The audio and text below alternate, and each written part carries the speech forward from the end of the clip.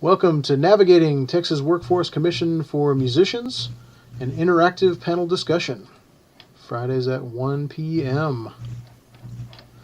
Brought to you by the Austin Federation of Musicians and with the Unemployment Compensation Advisory Committee. The Unemployment Compensation Advisory Committee are members of the Austin Federation of Musicians, Local 433 of the American Federation of Musicians, aka the Musicians Union. Some of us work as contractor 1099 workers, and others work as employee W-2 workers in various aspects of the music industry. The goal of this session is to share our experiences, including trials and tribulations related to the Texas Workforce Commission, or TWC, with other musicians in the state of Texas to aid in navigating the TWC application process. We are not experts in unemployment assistance. We are musicians. The information contained herein does not constitute either legal advice or an official pronouncement or a position of the Austin Federation of Musicians, but rather is only the personal opinions of the panelists. The panelists do not give legal advice or make official rulings on agency matters, should not be cited as authorities in any matter before the agency or when dealing with agency staff about a case, and must minimize their involvement with administrative processes. They also do not give legal advice on any other matter, and any information they should give should not be used as a basis for taking any employment-related action. Before taking any employment action that could adversely affect an employee, or before using any sample form or policy you may obtain from this group, you should consult a licensed private sector employment law attorney of your choice.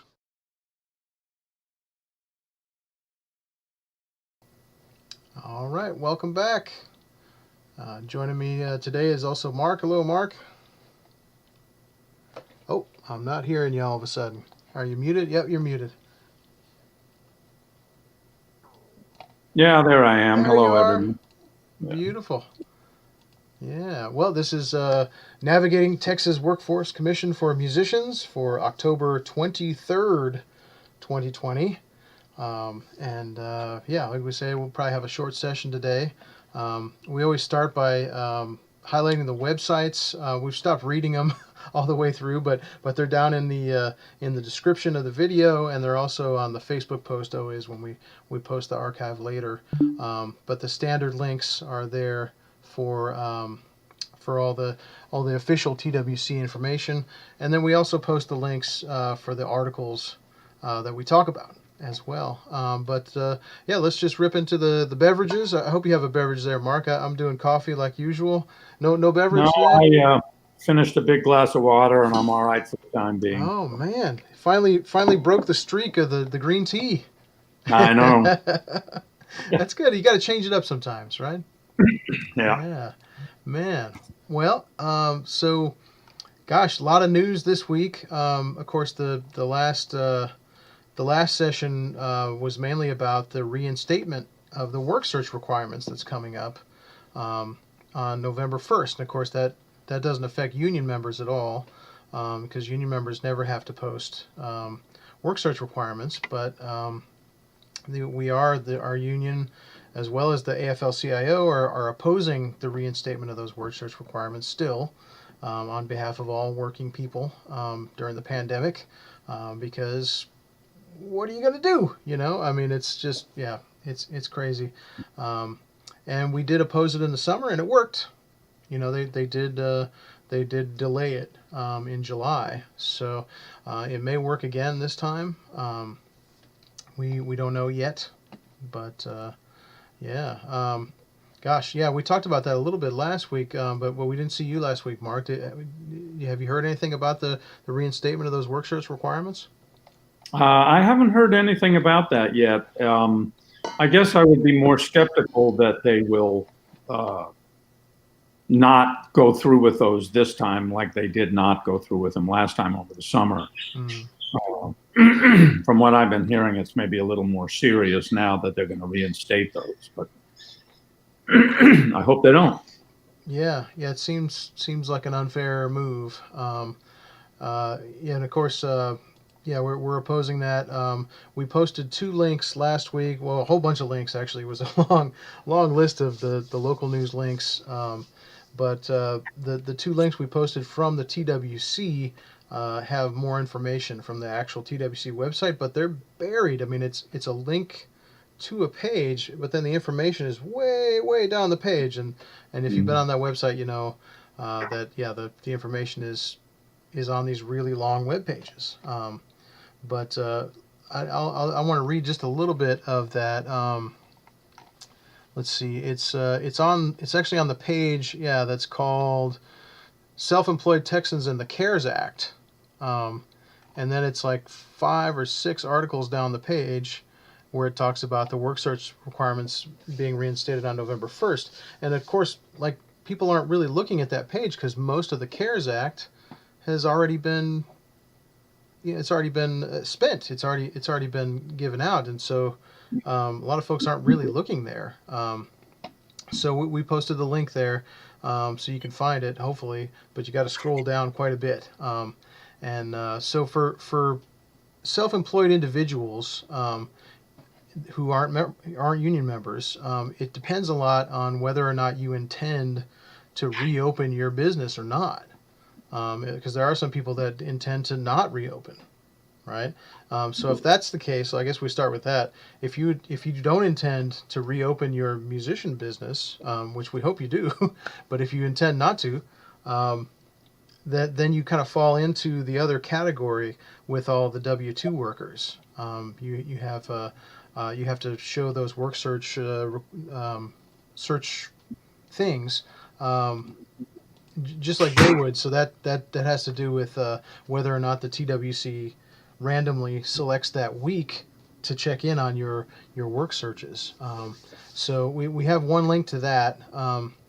But assuming that you do intend to restart your business, and you're not a union member, they have a list of things that are pretty easy to do, that you have to just kind of keep a log of each week, just in case they ask you, which is the same way that W-2 workers have to keep track of work searches. If they're not in a union, they have to log these things each week. So then when the one randomly selected week comes along where the TWC asks you, you have to be able to show them. So it's similar to that, but they're easier things. So let me read some of these to you, Marty. Let's see what you think. Let's see. Here's a list here. Examples of things you can do to reopen your business. Let your customers or clients know you're reopening by posting on your social media platforms. We're all doing that, right? Contact past customers or clients. Everybody should be doing that. Advertise. You can work on your website. You can work on business cards or whatever. Then the next one says pass out business cards and flyers. I don't know about that one. I'm not sure if you want to be doing that one. The next one is reach out to potential clients. I mean, we're always doing that in our sleep anyway, in the music business, right? So that's easy. You just have to write down that you did it for that week, so that if they ask you, you can tell them. What else? Make sure any required licenses or permits are current and renew them if they aren't. That could even be your driver's license, really, in the music business. Let's see. Obtain required permits or licenses if you don't already have them. Okay. Review current contracts and research new ones. So that's pretty easy to do. Prepare a bid on contract. That's interesting. Submit a bid on a contract. Research and prepare for a specific contract. Check your inventory. Aha. There you go. Get those CDs out of the garage, right? Enroll in training to expand your skills. And you can do that actually for free on the TWC website. There's several training things, that metrics thing they keep advertising. But that's a little bit more involved. But so there you go. There's ways you can do it. The easiest way, of course, is to support your union, and then your union has a hiring hall that's always what they call a hiring hall. With us, it's a referral service, but it's always looking for work on your behalf. But like I said, we're not using that as a recruiting wedge, because us and the AFL-CIO are opposing the reinstatement of those work search requirements, because it's just not. We don't think it's fair right now. Yeah. But that's it's a lot of work to go through for nothing, really. Yeah, absolutely. Yeah. But if when you originally signed up, if you are signed up and accepted by TWC, if you showed your affiliation with the AFM at that point, then that won't change on November 1st, right? That's right. Yeah. Yeah. Yep. Okay. Yeah, and you just keep putting 0 for work searches, and Right. yeah, yep. Yeah, I've actually been putting in, 2 hours, 3 hours, 4 hours, because, you make a phone call, it lasts a half hour. That's a work search, right? Yeah, and that's real Yeah. work. I mean, Yeah. as you know, calling people to try to get hired for gigs is work, man. Yeah. and that's of course most of our work, right? I mean, the glamorous part is the vast minority of the actual work. So yeah, absolutely, man. Yeah, that's an excellent point. Yeah, yeah, they do have that little disclaimer on the payment request that says something about like if your union status changes, you must let us know or something like that. Right. Yeah, that kind of thing. It's possible if you are a union member though that you didn't think to put down that you're a union member on your original application. So then you'd have to get that changed on November 1st or sometime around there. Um, but yeah, I imagine most of us put that down. But if you do need to get that changed, contact the local office, and we'll write a letter, probably to the state senator's office that we've been dealing with, to get you a call from inside the TWC to get that updated. But if that goes into effect, we're hoping it doesn't. But there's still a few weeks, just like there's a few more weeks for voting. Man. Oh, Vote. Oh my goodness. So that's some of the news for this week. Let me pull that up. Gosh, the Texas Supreme Court rejects GOP bid to kill drive-through voting. Yeah. I don't know. Do you know anybody that drove through that did the drive-up voting? I haven't talked to anybody that did. Well, I dropped off my mail-in ballot Mm-hmm. drive-in. Oh, right. Yeah, down at the Secretary of State's office, right? Yeah. Well, it was up at on Airport Boulevard. Yeah. Yep. And I mean, it took 5 minutes. It was very quick Mm-hmm. to drop off the ballot.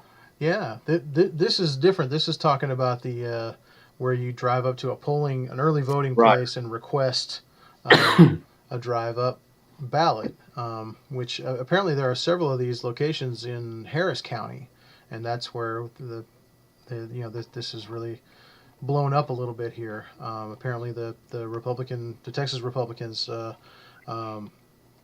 filed several injunctions with the Texas Supreme Court to shut down 10 of these early voting sites because they had this drive-up option, where if you're sick, you could actually request, for the voting machine to be brought out to you, which makes a lot of sense. We don't want the people in the polling location to get everybody else sick, right? So. It seems kind of crazy, but it is sort of part of this frenzy of activity around voting security, and really voter suppression that's been happening. This panic that's been going on. Yeah, the last day for early voting is next Friday, October 30th. Thank you. Yeah, so it's doesn't even go to the 31st. It's the 30th. Yeah. Yep. Yeah. So you got to vote before Halloween. Don't wait for Halloween. Yeah. Or you have to go on election day, which. Right. Oh, good luck. Yeah. Yeah, man. So. Well, from most of what I've been hearing from neighbors and stuff about the early voting here, it has not been a matter of big long lines here. That was not my experience either. Yeah. Mm. And what is the our county in here in Travis County has a website that'll actually tell you how long the lines are for early voting. Yes, how long the wait is. Yeah, all the different places, and that's excellent. Yeah, it only goes up to 20 minutes though, so if it's longer than 20 minutes, it looks the same. But just go to a place that's under 20 minutes and you'll be fine. I actually voted on the very first day, which. Now that I've done it, I'm not sure if I recommend that, but I really wanted to. The line was pretty long where I was, and all the other places that I checked. But that was because it was the first day, And but by long, you mean like 45 minutes or something? No, where I was, it was about 2.5 hours. Oh, really? Yeah, Wow. where I was, but it was kind of a party. I mean, people were excited to vote. I mean, there was like, and Right. Yeah. So, yeah, interesting stuff.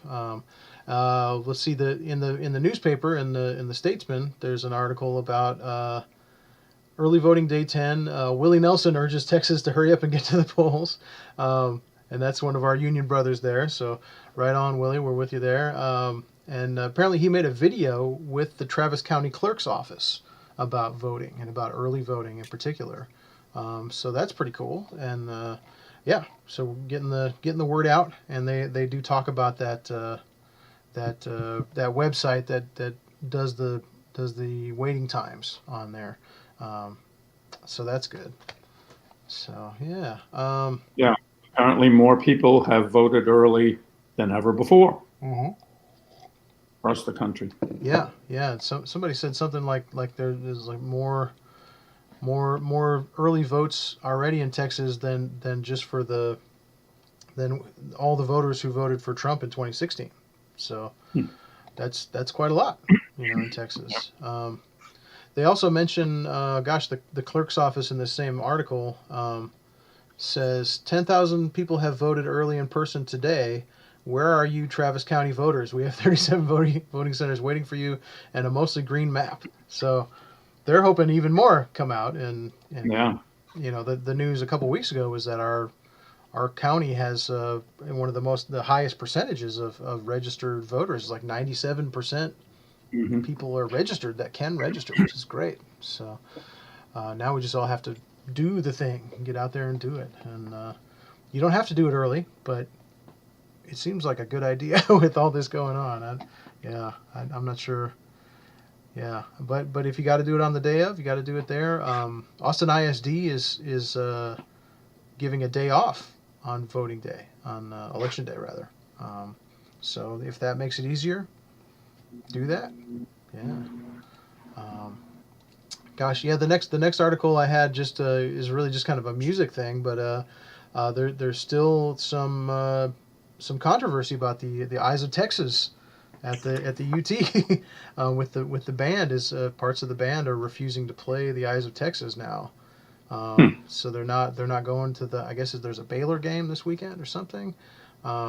So it's just another example of people tell you that music is not that important, but it's really important. Like it really affects people in big ways and affects giant institutions and everything else. So don't let people tell you music's not important, because it is. So, and even those marching band members are having a huge effect on the University of Texas. So, man, yeah. I think that's about all the news that I had today. Yeah, did you have any other news you wanted to discuss? No, nothing to add to what we already talked about. So yeah, did you watch the debate last night? no, I did not. Yeah. I had enough in the previous debate. So previous couple of I've heard that from other folks too. Yeah, I watched it, but it was tough to watch. It was definitely more civil than the previous one, which is good because they structured it. They had just with the mute button thing, they had a much more rigid structure, which I think is what was needed. Which is kind of unfortunate for adults to need that kind of a hard structure like that. But anyway, yeah, it was a little more civil, a little more got said on both sides, which is good. That was understandable. It was actually coherent, and not people talking over each other. So that's good. Yeah. So I guess the final message is just is to vote, get out to the polls. If you're in music, stay in music. Don't give up. We can get through this together. And we'll be back next week with whatever the heck is going on. And yeah. All right. Well, thank you for being here, Mark. Sure enough. Thank you. All right. We'll see you all next week. Bye. Bye-bye. All right.